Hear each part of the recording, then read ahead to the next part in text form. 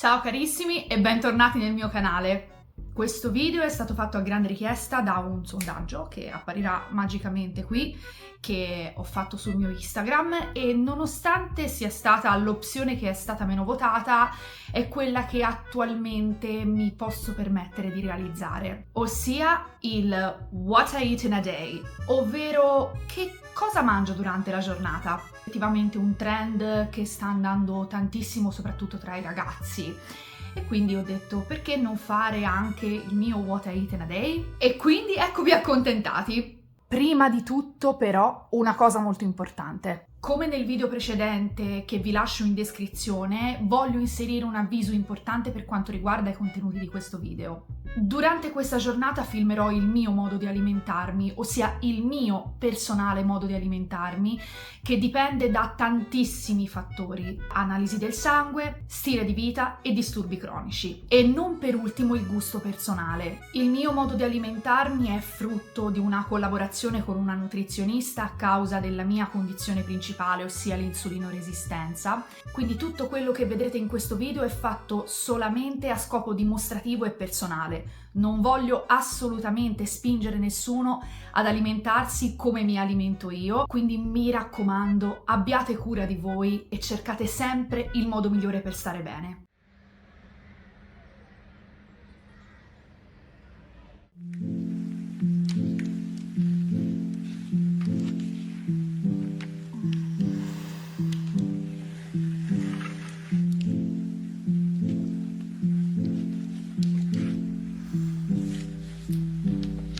Purtroppo non ho fatto in tempo a filmare, ma io abito davanti a dei plessi scolastici, tra cui un elementare, e c'erano i bambini fuori che parlavano la samba. Comunque ci provavano, perché oggi è l'ultimo giorno di carnevale. Penso che ai miei tempi no, non si arrivasse così a tanto, ma sarebbe stato bello. Benvenuti nella mia cucina.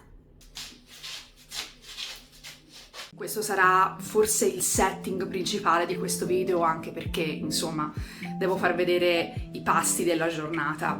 Ovviamente, prima colazione. Questa in sostanza è la cucina di 4 generazioni diverse, quindi gli spazi sono quelli che sono, ma faccio del mio meglio per portare il contenuto. Comincio col mettere un po' di acqua all'interno del bollitore, anche perché di solito comincio preparandomi un tè verde.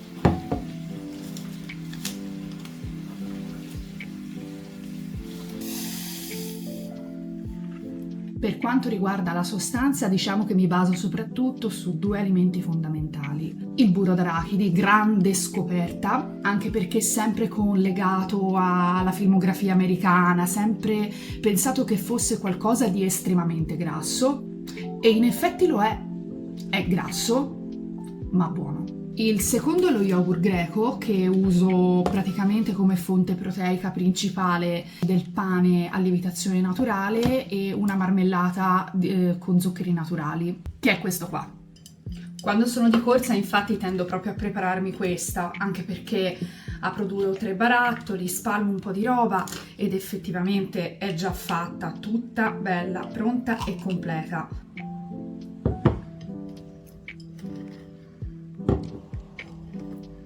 C'è stato un periodo quando ero adolescente che mi rifiutavo categoricamente di fare colazione la mattina, perché purtroppo diciamo che diverse culture, diversi schemi ti insegnavano che meno mangiavi e meglio era, e quindi io ovviamente sono sempre stata una ragazza che ha combattuto tantissimo con l'aspetto fisico, la forma fisica, e quindi certo dovevo mangiare meno. Ed eccola qua, questa è la mia prima colazione. I pasti che faccio durante la giornata, specie dopo aver scoperto dell'insulinoresistenza, sono sempre pasti completi, a basso indice glicemico, e mi servono insomma per tenere a bada questa condizione. Vi confesso di non essere una grande amante dello yogurt greco, perché il suo sapore, come generalmente tutti quelli degli yogurt, non è che proprio lo adori, però adoro la tzatziki, la metterei ovunque. Per esempio, come ho detto prima, una bella scoperta è stato il burro d'arachidi, perché mi piace sia come consistenza che come sapore. Trovo che sia fantastico, davvero, sia una bellissima e valida alternativa di grassi buoni all'interno dell'alimentazione. Chi beve tè verde tendenzialmente mi può dire se sopporta il sapore? Perché io lo odio. Vado a farmi una doccia, a lavarmi questi capelli che non so più che cosa sono, e ci vediamo più tardi.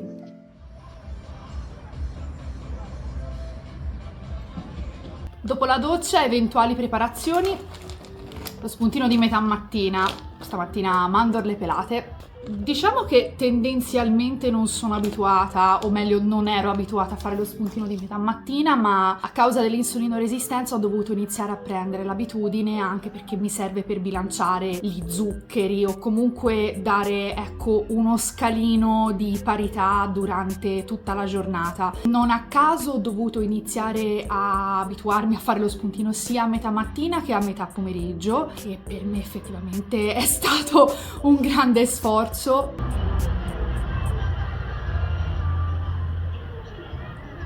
Qui fuori stanno letteralmente continuando a fare il rave party, non so, è assurdo.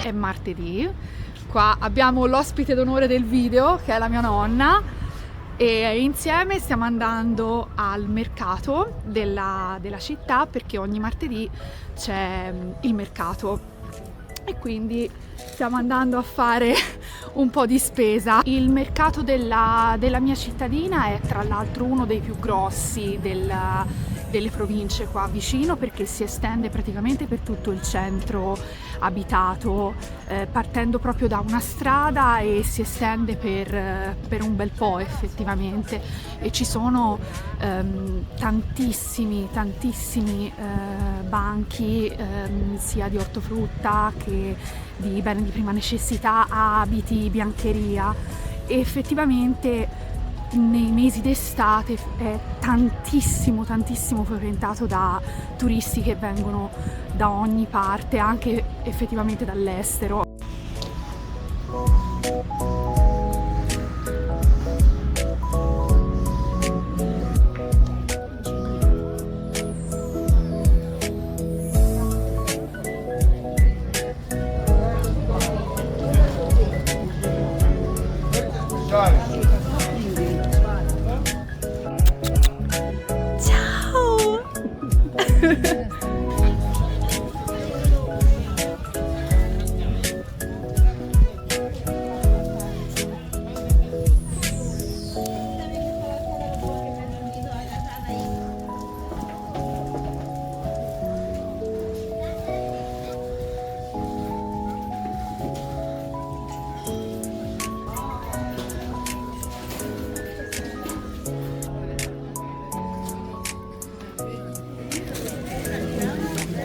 Nel mentre nonna sta facendo i suoi acquisti, mi sono fermata un attimino per fare un po' il recap della situazione. Rendo conto che in inverno è un pochino più spoglio rispetto all'estate, anche per quanto riguarda la proposta dei banchi e per quanto riguarda l'offerta, però comunque il mercato qua è sempre stato un'istituzione.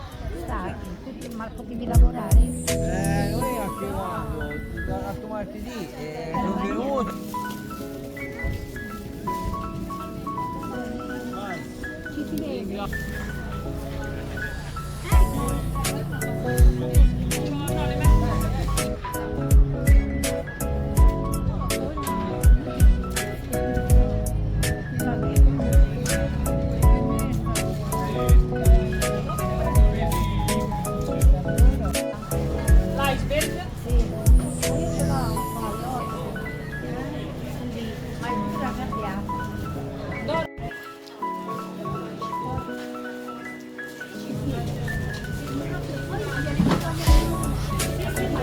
Senti nonna, ma te da quanti anni è che vieni al mercato? Io 64 anni. No, ci hai fatto una vita qui al mercato. Sì, infatti, dal mercato non mi doveva mai mancare il martedì, invece ora sono vecchietta. Stiamo tornando verso casa e dato che siamo molto vicini all'ora di pranzo, dato che siamo molto vicini all'ora di pranzo, sicuramente ci inventeremo qualcosa di espresso e molto veloce perché abbiamo fame.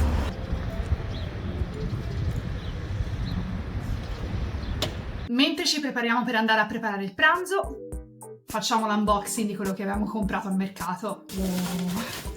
Qui vedo che abbiamo un sacco di bella roba, veramente. Qui abbiamo il pezzo forte, questa enorme palla di cavolo che sicuramente sarà da utilizzare in zuppe, sarà da utilizzare in insalate. Mi piace anche effettivamente fare l'insalata cruda di cavolo, bellissima, cioè è proprio wow.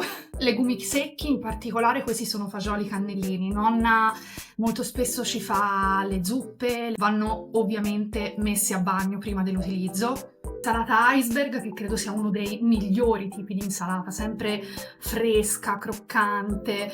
Per quanto non sia una grandissima amante dell'insalata verde, questa è sempre effettivamente un must insieme alla rucola. Finocchi, che io adoro tantissimo al forno oppure crudi con olio, aceto e sale. E poi qua vedo del prezzemolo, dei kiwi che non tocco perché odio effettivamente il tatto con la peluria. Per il pranzo di oggi ho deciso di preparare una frittata di zucchine. Abbiamo delle zucchine fresche che aveva comprato mia madre sempre al mercato, quindi le protagoniste fondamentali sono le 2 uova del contadino. Notate quanto sono piccoline in realtà rispetto a quelle che si trovano molto spesso al supermercato. Quindi niente, taglio in maniera molto sottile queste zucchine e aggiungo le zucchine che abbiamo tagliato prima, e il segreto è un pochino di cipolla. Io ho usato quella bianca.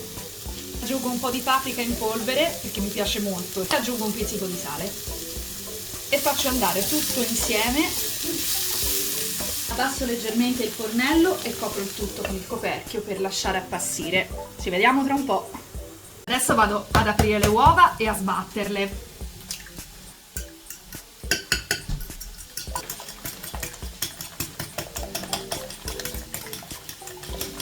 Ovviamente vado a versarle nella padellina insieme alle zucchine. Ho deciso che non mi filmerò mentre la giro perché non voglio fare danno assolutamente, quindi al piatto pronto. Però è necessario che io faccia vedere la guest star del video. Ciao! Ciao a tutti! Ciao! Ciao amore! Dalla Gavena. Ovviamente i carboidrati non possono mai mancare, anche qui pane casalingo, quindi di conseguenza un bel panino penso che non me lo toglie nessuno.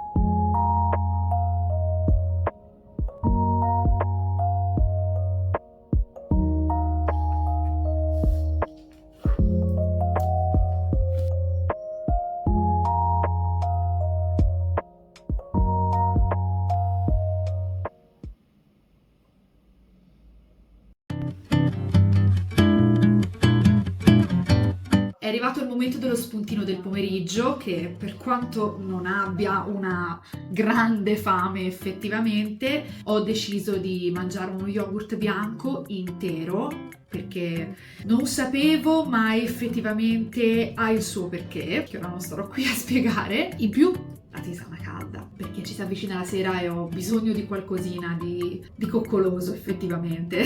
Credo che farò un accesso su Animal Crossing perché effettivamente ogni giorno cerco di ritagliarmi un momento per giocare al mio gioco del cuore. Tra l'altro fatemi sapere se giocate, qual è il vostro gioco del cuore. A essere sincera, in questo momento sto giocando ad Animal Crossing New Leaf, quindi ho recuperato un vecchio titolo che mi mancava. In effetti non avevo giocato ai tempi quando era uscito e me lo sto godendo ora, per quanto abbia anche New Horizon, che sicuramente è quello che sta spopolando ultimamente. Però devo dire che New Leaf è un cuore, è una coccolina davvero.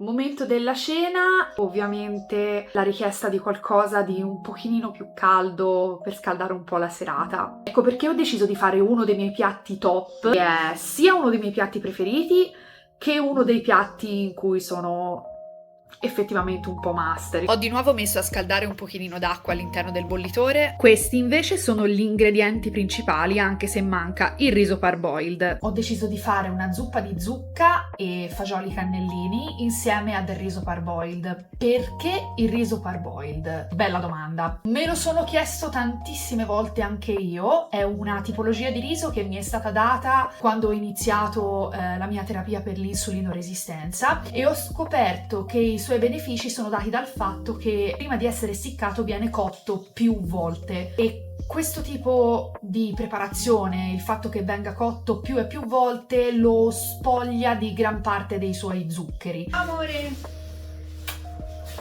Quindi in una pentolina vado a mettere un filo d'olio, un po' di curcuma, perché ho scoperto essere un potente antinfiammatorio e quindi la metto praticamente ovunque, e vado a mettere giù un bel cucchiaio abbondante di soffritto già preparato in parte dalla mia nonna. Vado chiaramente a mischiare tutto per far prendere bene il sapore e infine butto la zucca insieme ad un pochino di cipolla bianca che già avevo tagliato.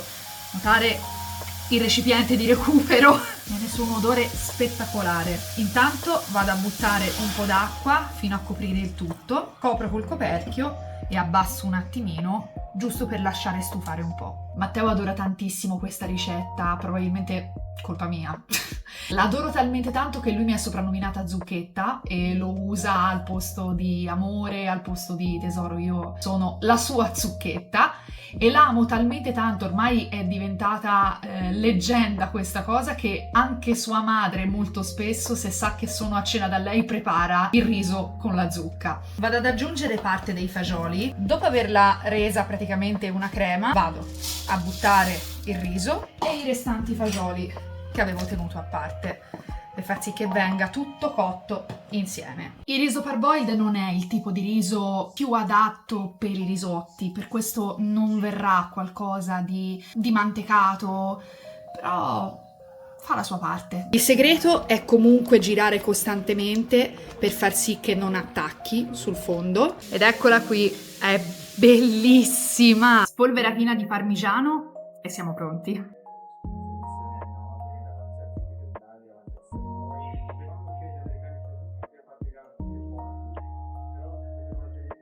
La minestra di zucca o comunque il riso alla zucca credo sia uno dei piatti che più mi ricorda l'altra mia nonna, che lo faceva spesso quando ero piccolina, proprio a conferma del fatto che era una delle pochissime verdure che mangiavo. Spero sia fiera di me, insomma. Per concludere la giornata, camomillina calda. Di solito la sera, se non ho voglia di guardare qualcosa in particolare, mi metto a fare qualche quiz qua della settimana enigmistica. Adoro tantissimo, specialmente i cruciverba, mi divertono un sacco. Oppure, come al solito, mi metto a leggere qualcosa. C'è quella pila su quel comodino che mi sta osservando da giorni, non si appresta assolutamente a diminuire, anzi, ne ho comprato un altro. L'ultimo che ho comprato è questo, è di un autore giapponese piuttosto famoso, conosciuto soprattutto perché il suo nome è in tributo a Edgar Allan Poe, che è il mio scrittore preferito. L'ho comprato in una libreria che ha aperto da poco qua in città e l'ha aperta un ragazzo che frequentava il mio stesso liceo e credo abbia avuto un'idea meravigliosa. Sarà che io effettivamente, come si dice, io mangio i libri. Però oggi sicuramente avete visto che cosa mangio in un giorno e di certo non sono libri. Vi ringrazio tantissimo per essere rimasti con me fino alla fine di questo video e vi auguro buonanotte, prendetevi cura di voi.